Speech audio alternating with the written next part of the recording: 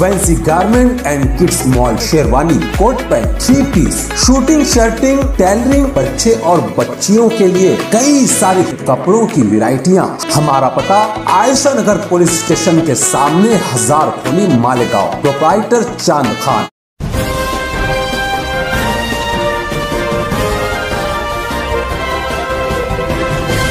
मानव समाचार, मानवता के हक में।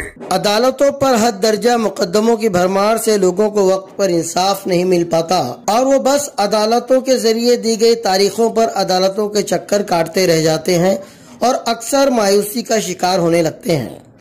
लोगों का कानून और इंसाफ पर भरोसा बना रहे, इसी मकसद के तहत राज्य विधि सेवा समिति, जिला विधि सेवा समिति के तवज्जुह से ताल्लुका विधि सेवा समिति की जानिब से 13 अगस्त को मकामी कोर्ट में अवामी अदालत का एहतमाम किया गया।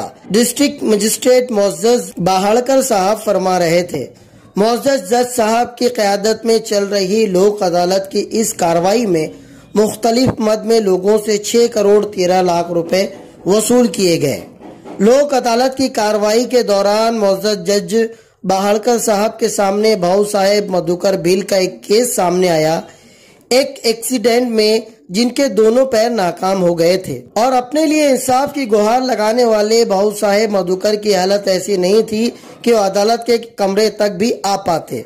तब मोअज़्ज़ज़ जज साहब ने खुद अदालत के नीचे आकर पार्किंग जोन में कुर्सी पर बैठे हुए भाऊ साहब की फरियाद सुनी और उस शख्स को फौरी इंसाफ दिलवाते हुए 4,50,000 की रकम हादसे के शिकार इस शख्स को देने का हुक्म सुनाया। मोअज़्ज़ज़ जज बाहड़कर साहब के इस कदम से लोगों का अदालतों पर भरोसा बढ़ जाएगा, साथ ही लोक अदालत के जरिए इंसाफ खुद आपके दरवाजे, इस अहद और यकीन को बढ़ावा मिलेगा। वाज़ेह रहे कि इस तरह की लोक अदालत का मकसद मुख्तलिफ डिपार्टमेंट और महकमे से जुड़े मुकदमों में बेजा अदालत के चक्कर काट रहे लोगों को फौरी राहत और इंसाफ दिलाना होता है।